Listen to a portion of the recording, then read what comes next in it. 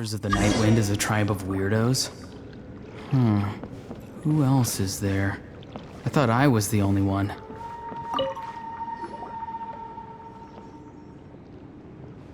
Greetings again, everyone. See, Lolly, you're here! I got the ceremonial sword from the chief. It has a certain power that's needed in situations like this. You haven't forgotten what we're doing today, right? Of course not! We're gonna wake Leela up, and then ask him just what the heck he was playing at. And I've prepared the rest of the tools for the ceremony per Granny's instructions. We've dotted all our I's and crossed all our T's, so today should go off without a hitch. Good work, kiddo. Then without further ado, let's get started.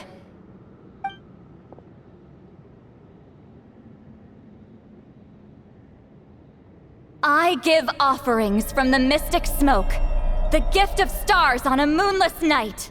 A wreath of dreams in the swirling wind. Glory be to the ruler of death. Fade, fade, fade. Thrice uttered and thrice repeated. Whoa! Is this one of her magic spells? This whole place suddenly got cold. What's happening? Keep your voice down. We mustn't disturb her. We, the children of the Priest King, swear to abide by the ancient pact and tear through the veil of the Night Realm. I am Seedlali. Hear my command. I am the Shepherd of Doomsday. I am Akul Batil.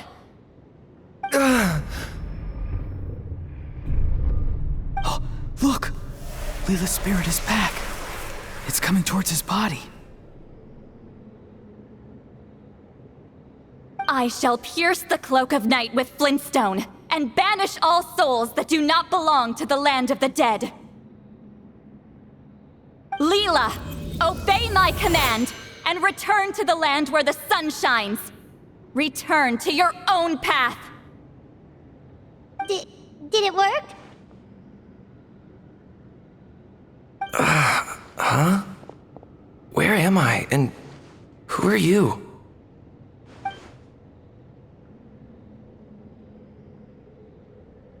Whoa! Granny Eatsley! I mean, High Priestess Seedlali! Please have mercy! Aw, guilty conscience, huh? So, you know full well what you've done. Do you have any idea how close you were to never making it back? Or maybe you thought life would be more fun as an inanimate object. I'm sorry, I messed up, and I'll face the consequences. Oh, you sure about that? Then say goodbye to your parents. Tell them this. Goodbye, Mom and Dad. I've realized I enjoy life as an empty shell so much that I've decided to get Granny Eatsley to turn me into a stone statue so I can stand guard over her house for the next 100 years. No, please! Please don't, I'm begging you. I'll never do this again, I promise. Thank you, High Priestess Seedlali. Thank you for rescuing me. Don't thank me. Thank my grandson. If he hadn't sensed something was amiss, I wouldn't have bothered getting involved. You're more than welcome, Leela. And don't mind Granny. She's all bark and no bite. We're just glad that you're okay. Besides, someone tricked you into doing this, didn't they? That Kokju guy. He's the real culprit here. No, Mr. Kokachu had nothing to do with it. It was all my doing. Huh?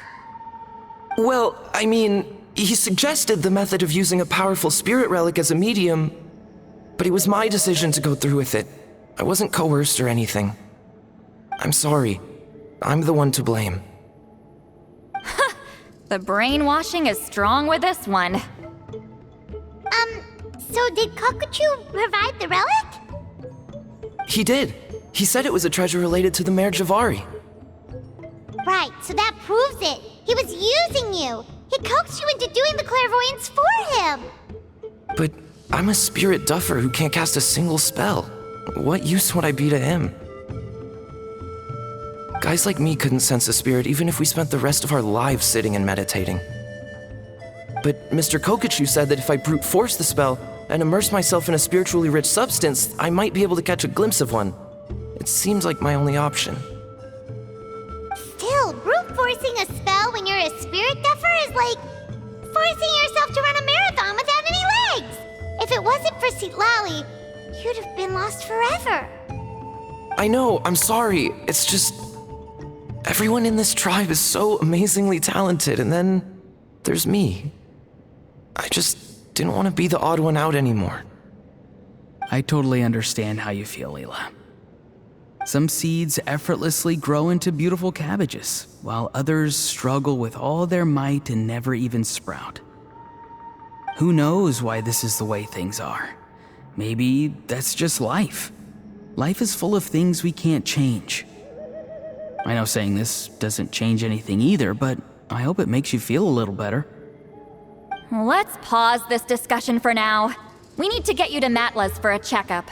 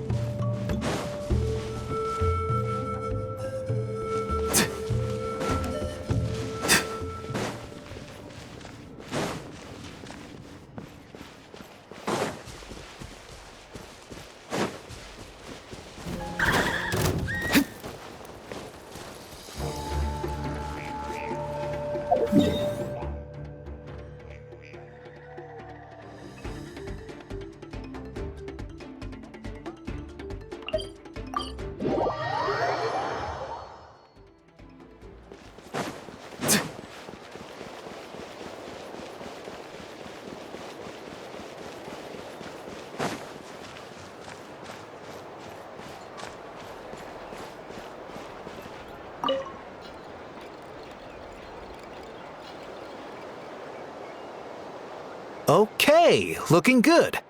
Seems like this guy got off lightly. Just make sure he eats when you get back. He must be starving. That's a relief. I've heard of cases where people's bodies started necrotizing after they spent too long meditating. What a horrifying thought! Anyway, Leela, even though we didn't know each other before all this, I'm still really glad that you're okay now. Well, maybe you don't know me, but I've heard all about you. The same goes for High Priestess Citlali, the Traveler, and Paimon. I've heard all the stories. Huh? Even us? This might sound corny, but you're exactly the kind of people I've always dreamed of becoming. But it's clear to me now. That was just wishful thinking. Honestly, why'd I have to be born a spirit duffer? Nah, it's alright, really.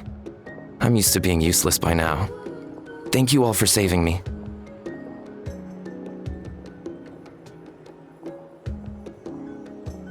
Auroron, I think you're right.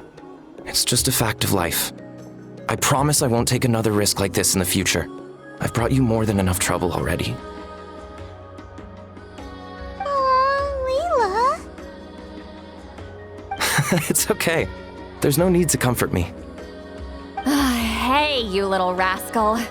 What are you talking about? Look at me. Huh? What's wrong, High Priestess Citlali? I said, look at me.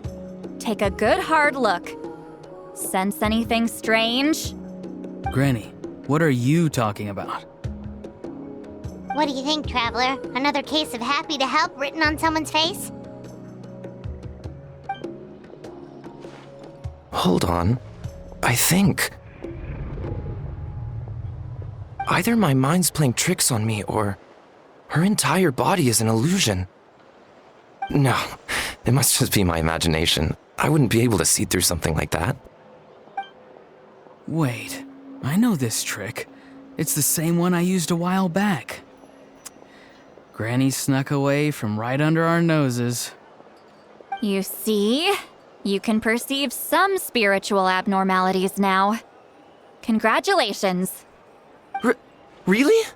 But where are you going, Granny? Where do you think? I'm going fishing, you dummy.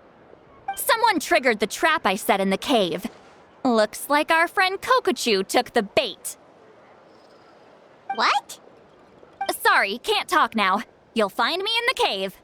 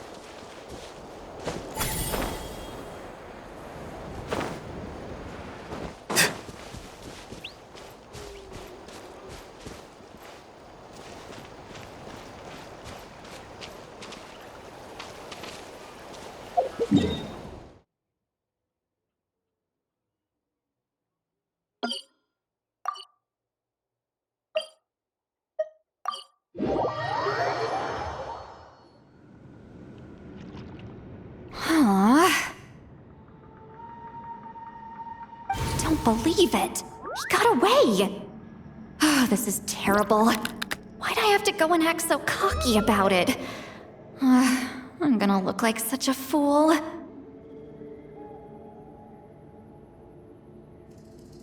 This Kokochu must be a real escape artist or something. But I can't tell them that. I'll have to think of something else. Say, Lolly, did you get him? Given that she's the only person here, I'm guessing no. I thought I'd let him go, for now. But I left a mark on him, so if he comes around here again, I'll be able to track his every move. Oh, so Granny had only pretended to leave the cave, when in fact she'd set up a whole trap for him and was lying in wait. Ah, so just like how you caught Auroron! But how did you know Kokochu would come here? Because I planted the bait here. The Mare Javari map and the bow shard. Left them both on the table. I had a feeling those were what he was truly after. And sure enough, my trap was triggered just moments after we left. So you really did set up traps here after all, huh? Of course. It's just that they'd never do anything to either of you. See? What did I tell you? So, Mr. Kokochu, you used me after all. This whole time, all you wanted was to find the location of the Mare Javari.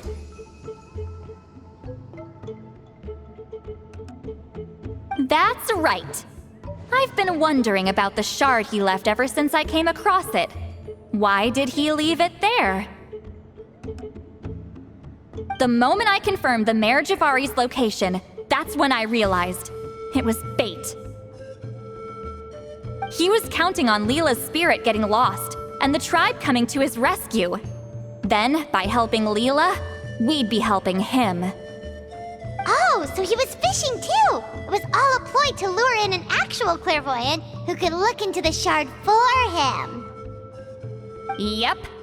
And somebody fell for it, hook, line, and sinker. I'm sorry. I took the bait.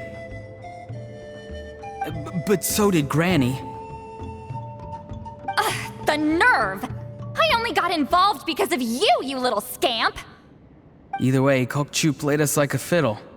Huh. He managed to accomplish his goals without taking any of the risk himself. Pretty sneaky.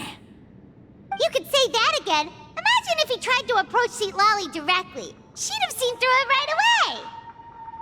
Although, actually, Lali, why did you let him go? Because I couldn't risk using my full abilities here. He was a pretty slippery character, and if I'd kept him here by force, there could have been unintended consequences. Was it my fault for picking a bad place? I'm sorry. I went looking for somewhere with a wealth of spiritual energy when I first decided to help Leela, and ended up choosing this mad sage's hideout. Mad Sage? Yeah, he's napping right behind that wall. We'd have a whole new situation on our hands if we woke him up. That's why I decided against using my full abilities. I do have some good news, though. I snatched the shard and map back before he bolted, so I may have restrained myself, but I certainly didn't let him walk all over me. That's great! So he left empty-handed! Yes, sort of. The bad news is he did get a look at the map before he left. Not that the Mayor Javari's last known location is a huge secret, but still. Yeah, that's kind of worrying. What if he's got some sort of diabolical plan? Don't worry. I'll keep tracking him. Also, Leela, if it's all the same to you, I'd like to give the shard and map to the Traveler as a gift. They might prove useful at some point in her journey. Absolutely. That's completely fine. The Traveler deserves it. None of us are interested in them. And if there's any chance of them leading you to the Mayor Javari, I'm sure an adventurer like you wouldn't want to pass on that opportunity. Granny Eatsley has a sense for these things. So, Granny Eatsley? Do you think I'm still a spirit duffer? What kind of a dumb question is that? You saw through my illusion, didn't you? I mean, that's partly because I deliberately made it imperfect, but even then, a spirit duffer wouldn't be able to see through that. Auroron, give this guy some lessons when you've got the time. Leela, put in the work, and we'll see how far you get. Amazing. Life is so full of surprises. As long as you keep moving forward, you might just run into some fertilizer in the middle of the road. I'm so happy for you, Leela. Let's both give this our best shot, and who knows? We might both be beautiful cabbages one day.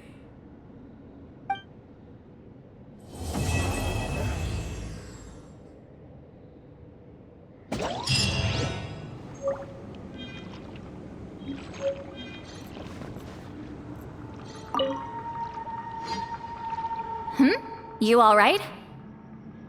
I have to return the ceremonial sword to the chief shortly, but I'll leave everything else in the camp as is for now. Feel free to make use of it. Huh? Huh?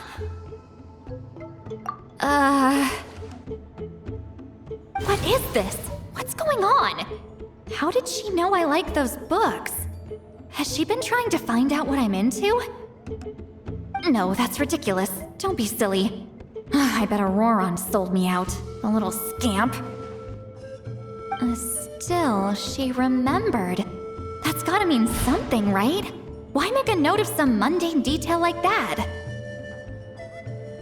Focus. She asked me a question. Oh, how do I respond? Ahem. Sure, why not? I should have some time later. I'll let you know.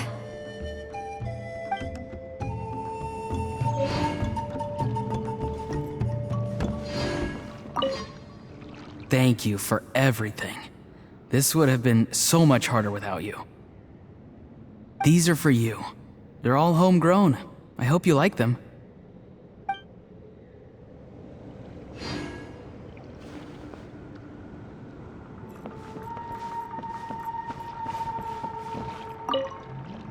I'm gonna apply myself hard and learn everything I can from Auroron. He'll make a cabbage out of me yet. Although, to be honest, I'd rather become a carrot. More nutritious.